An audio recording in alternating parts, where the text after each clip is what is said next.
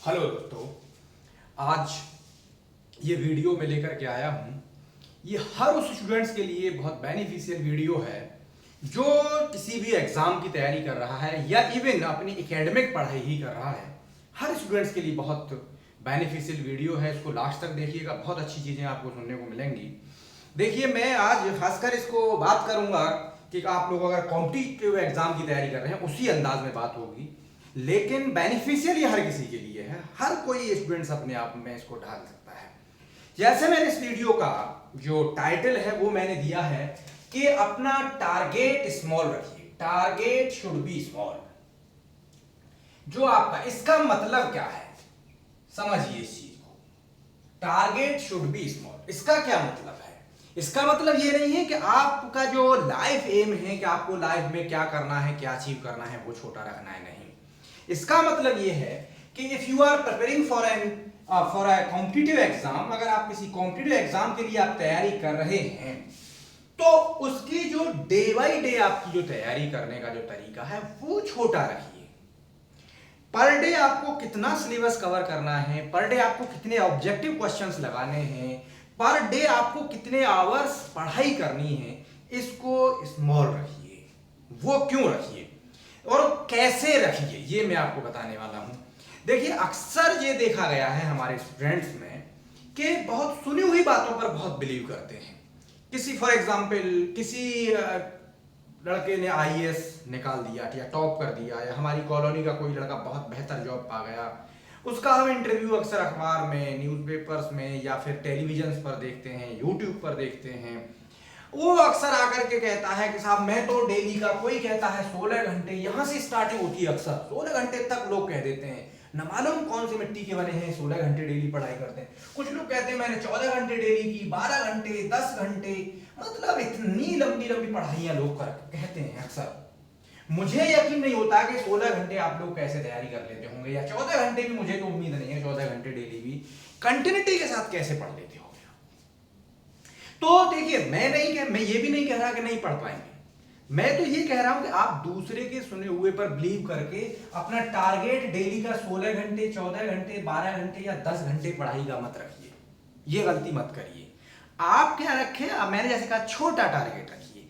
छोटा टारगेट से मुराद क्या है कि पहले आप 3, 4, 6 या 10 दिन तक तैयारी करना, जब आप शुरू कर रहे हैं किसी कॉम्पिटिटिव एग्जाम की, 3 दिन, 4 दिन, 6 दिन, 10 दिन लगातार पढ़िए।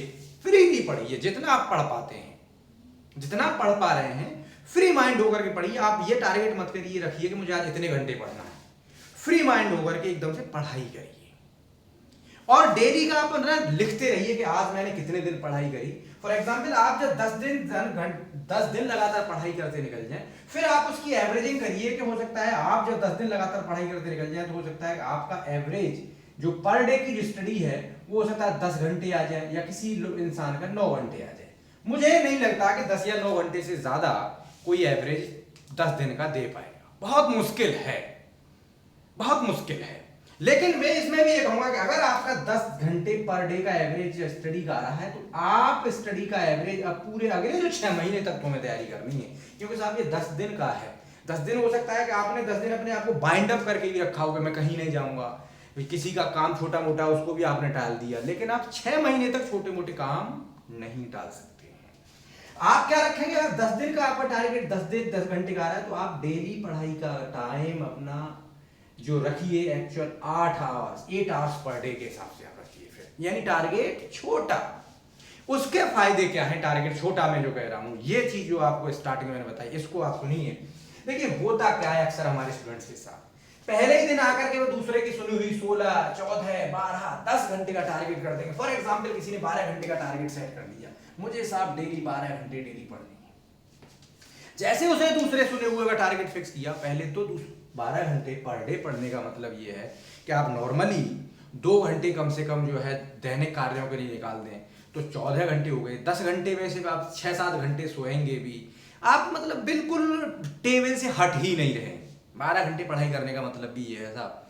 और आप बीच बीच में अगर संडे में या किसी और वीकली कहीं छोटे मोटे काम के लिए चले गए तो और वो आवर्स आपके रिड्यूस हो जाएंगे। तो 12 घंटे पर वी डे भी जो पढ़ाई करना है, मुझे फिजिबल नहीं लगता है, मेरी नज़र में फिजिबल नहीं है। तो अगर आपने फॉर एग्जाम्पल 12 घंटे पर डे का टारगेट कर दिया, क्या होगा साहब आज जी आपसे?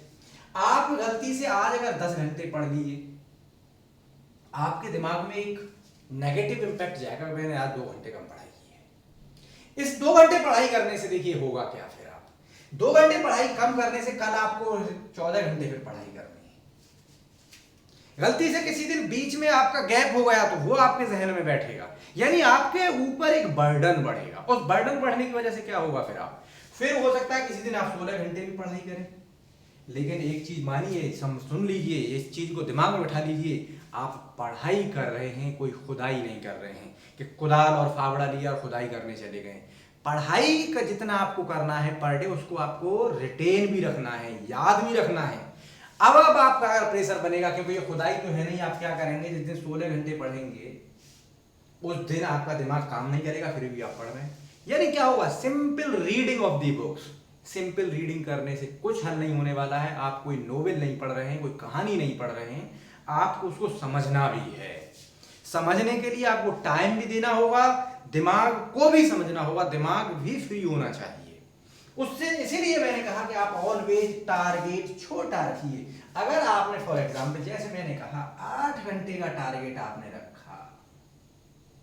आपने खुशी खुशी आज गलती से 10 घंटे पढ़ लिया, गलती से एक दिन 10 घंटे पढ़ लिया, आप सोचेंगे आज मैंने 2 घंटे बहुत ज्यादा पढ़ा है।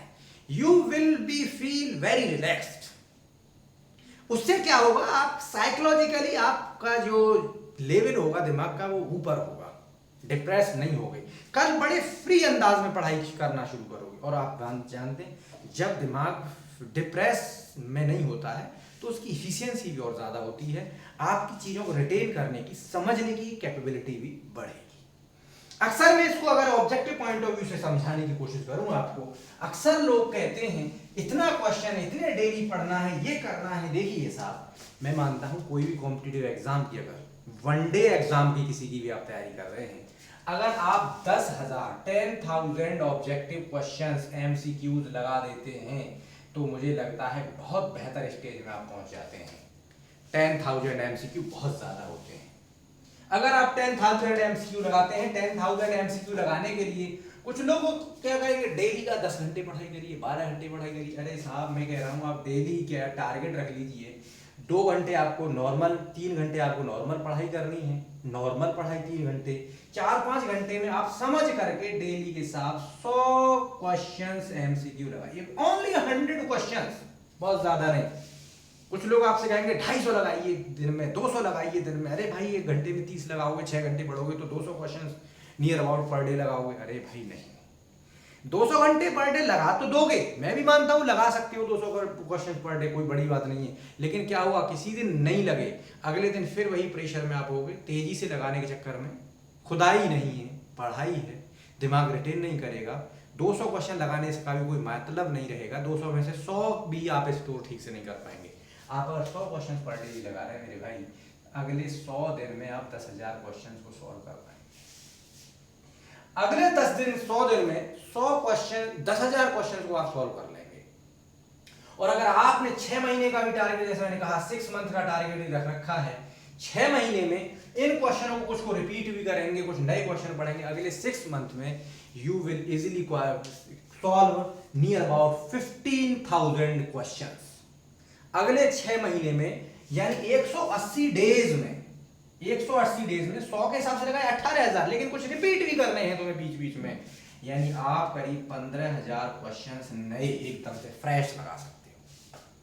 और आई थिंक किसी भी वनडे कॉम्पिटिटिव एग्जाम को निकालने के लिए ये बहुत बड़ी तादाद है।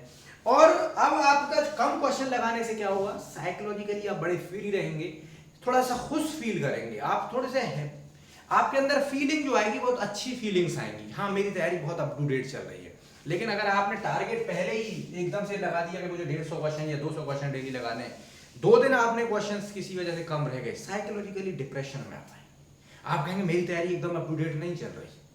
उस लोग जो बड़े भाई जो जिनका इंटरव्यू सुना था, वो तो ये कह रहे थे 12 घंटे डेली पढ़ के मैं ये अचीव कर पा रहा था। अरे बहुत लोग कंपटीशन निकल सकते, ये बहुत फैक्चुअल बात है। कंपटीशन जब किसी का निकल जाता है, जब सेटल हो जाता है, अक्सर लोग भावनाओं में बह जाते हैं और फैक्ट से काफी दूर की बातें कर जाते हैं।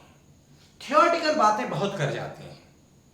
वो उनका टारगेट होता है आपको मोटिवेट करने का, उस मोटिवेशन के चक्कर में आपके ऊपर एक बोझा सा लाद करके चले जाते हैं। तो ऑलवेज कीप इन माइंड कि टारगेट जो आपका जो तैयारी करने का जो दायरा है, डेली का जो आपका टारगेट है वो छोटा रखें, लेकिन चाहे उसको टाइम स्पैन को बढ़ा दें थोड़ा सा करके। वैसा भी हो सकता है कि आपका 6 महीने के बजाय आप 10 मंथ में तैयारी का टारगेट पूरा करें, लेकिन डेली बर्डन आपके दिमाग पर नहीं आना चाहिए। अगर डेली का बर्डन आपके दिमाग पर आएगा तो मान लीजिए साइकोलॉजिकली आप डिप्रेशन में चले जाएंगे, आपकी जो दिमाग की इफिशियंसी वो कम हो जाएगी। क्योंकि मैं बार बार कह रहा हूँ ये कोई खुदाई नहीं है कि खुदाई कर रहे हैं, धड़ाधड़ लगे हुए हैं, खोद के फेंक देंगे गड्ढा और कल फिर उसी स्ट्रेंथ के साथ पूरी रात में रिटेन हो जाएगी आपकी बॉडी। नहीं, दिमाग डिप्रेशन प्रेशर फ्री होना चाहिए, तभी आप उसे समझ करके पढ़ेंगे। बिना समझे पढ़ेंगे तब भी 180 नहीं 200 क्वेश्चन डेली की लगाइए, लेकिन फटाफट लगाए जा रहे हैं उनमें भी कोई फायदा होने वाला नहीं है। तो मैंने जैसे कहा कि ऑलवेज टारगेट छोटा रखिए। इस वीडियो को सुनने के लिए थैंक यू, आगे शेयर करिए।